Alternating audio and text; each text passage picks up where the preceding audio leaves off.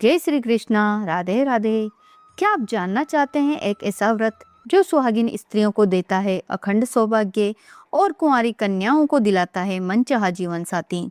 तो आज का यह वीडियो आपके लिए बेहद खास है, क्योंकि आज हम आपको बताएंगे गणगौर व्रत का रहस्य, इसकी सही तिथि, पूजा की संपूर्ण विधि और साथ ही सुनाएंगे गणगौर व्रत की अद्भुत कथा, जिसे सुनने मात्र से जीवन में सुख, समृद्धि और प्रेम का वास होता है।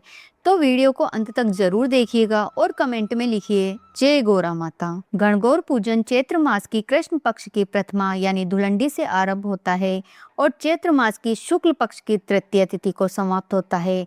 गणगौर का व्रत चैत्र मास की शुक्ल पक्ष की तृतीय तिथि के दिन किया जाता है। इस दिन सुहागिन स्त्रियां व्रत रखकर भगवान शिव और माता पार्वती की पूजा करती है। पौराणिक मान्यता के अनुसार इसी दिन भगवान शिव और देवी का व्रत और पूजन करने से माता पार्वती की कृपा से सुहागिन स्त्रियों को अखंड सौभाग्य की प्राप्ति होती है और कुंवारी लड़कियों को मनचाहा जीवन साथी प्राप्त होता है। राजस्थान में गणगौर का त्योहार बहुत ही धूमधाम से मनाया जाता है। इस वर्ष गणगौर पूजन का प्रारंभ 3 मार्च 2026 मंगलवार से शुरू हो गया है और 21 मार्च 2026 शनिवार तक किया जाएगा। गणगौर व्रत 21 मार्च 2026 शनिवार को किया जाएगा। अब जानते हैं गणगौर पूजन की विधि। होली के दूसरे दिन अर्थात धुलंडी से गणगौर पूजन आरंभ होता है। गणगौर पूजने वाली स्त्रियां और लड़कियां इस विधि से गणगौर की पूजा करें। धुलंडी के दिन प्रातः स्नान आदि नित्य क्रिया से निवृत्त होकर स्वच्छ वस्त्र धारण करें। मिट्टी की गौर बनाकर उसे पटरे पर स्थापित करें। प्रतिदिन गणगौर के गीत गाएं और गणगौर की पूजा करें। दीपक जलाकर जल, मौली, रोली, चावल, फल, फूल और धूप से गणगौर की पूजा करें। गणगौर की कहानी कहें या सुनें। गणगौर की पूजा के बाद प्रतिदिन दीवार पर एक काजल की, रोली की, हल्दी और मेहंदी की 16 बिंदी लगाएं। भोग अर्पित करें। गणगौर को दातुन दें। संध्या के समय भी गणगौर को जल व भोग लगाएं। गणगौर व्रत से एक दिन पूर्व गणगौर का सिंजारा होता है। सिंजारे में सुहागिन स्त्रियों को उनकी सास सुहाग की सामग्री, मेहंदी, कपड़े और मिठाई देती है। इस दिन स्त्रियां खूब सस्ती संवरती है और मेहंदी लगाती है। गणगौर के दिन विधि अनुसार गणगौर का व्रत और पूजन करें। अब सुनते हैं गणगौर की पौराणिक व्रत कथा। एक बार भगवान शंकर तथा पार्वती जी नारद जी के साथ भ्रमण को निकले। चलते चलते वे चैत्र शुक्ल तृतीया के दिन एक गांव में पहुंच गए। उनके आगमन का समाचार सुनकर गांव की श्रेष्ठ कुलीन स्त्रियां उनके स्वागत के लिए स्वादिष्ट भोजन बनाने लगी।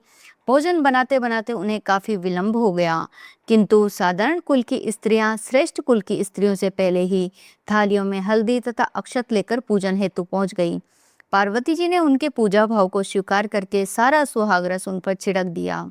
वे अटल सुहाग प्राप्ति का वरदान पाकर लौटी। तत्पश्चात उच्च कुल की स्त्रियां अनेक प्रकार के पकवान लेकर गौरी जी और शंकर जी की पूजा करने पहुंची।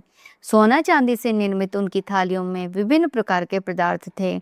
उन स्त्रियों को देखकर भगवान शंकर ने पार्वती जी से कहा कि तुमने सारा सुहाग रस तो साधारण कुल की स्त्रियों को ही दे दिया, अब इन्हें क्या दोगी? पार्वती जी ने उत्तर दिया, प्राणनाथ, आप इसकी चिंता मत कीजिए। उन स्त्रियों को केवल मैंने ऊपरी पदार्थों से बना रस दिया है, इसलिए उनका रस धोती से रहेगा, परंतु मैं इन उच्च कुल की स्त्रियों को अपनी उंगली चीरकर अपने रक्त का सुहाग रस दूंगी। यह सुहाग रस जिसके भाग्य में पड़ेगा वह तन मन से मुझ जैसी सौभाग्यवती हो जाएगी। स्त्रियों ने पूजन समाप्त कर दिया। तब पार्वती जी ने अपनी उंगली चीरकर उन पर छिड़क दी। जिस पर जैसा छिटा पड़ा उसने वैसा ही सुहाग पा लिया। तत्पश्चात भगवान शिव की आज्ञा से पार्वती जी ने नदी तट पर स्नान किया और बालू की शिव मूर्ति बनाकर पूजन करने लगी। पूजन के बाद बालू के पकवान बनाकर शिव जी को भोग लगाया। प्रदक्षिणा करके नदी तट की मिट्टी से माथे पर तिलक लगाकर 2 कण बालू का भोग लगाया। इतना सब करते करते पार्वती जी को काफी समय लग गया। काफी देर बाद जब वे लौट कर आई तो महादेव जी ने उनसे देर से आने का कारण पूछा।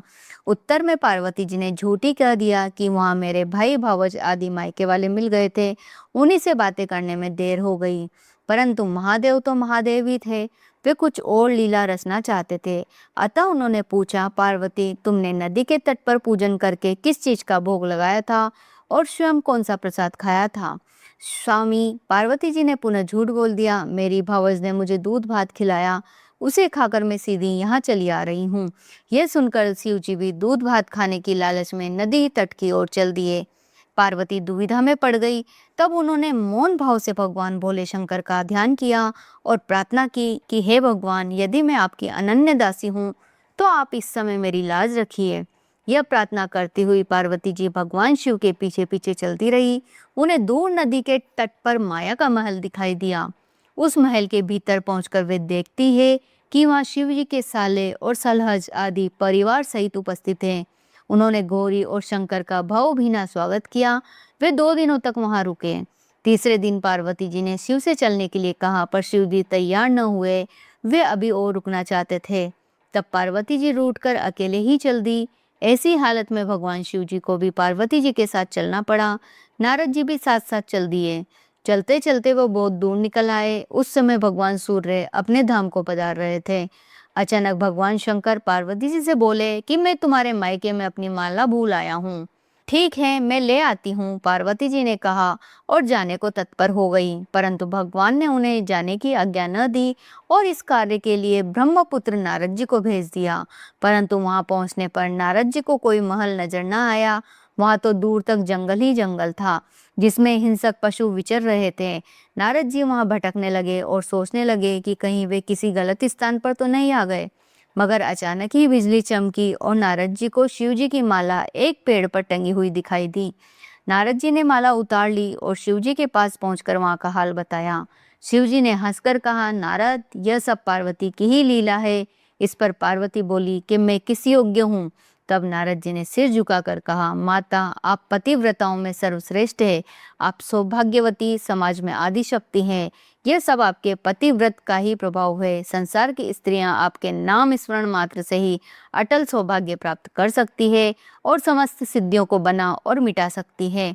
तब आपके लिए यह कर्म कौन सी बड़ी बात है। महामाये गोपनीय पूजन अधिक शक्तिशाली तथा सार्थक होता है। आपकी भावना तथा चमत्कार पूर्ण शक्ति को देखकर मुझे बहुत प्रसन्नता हुई है।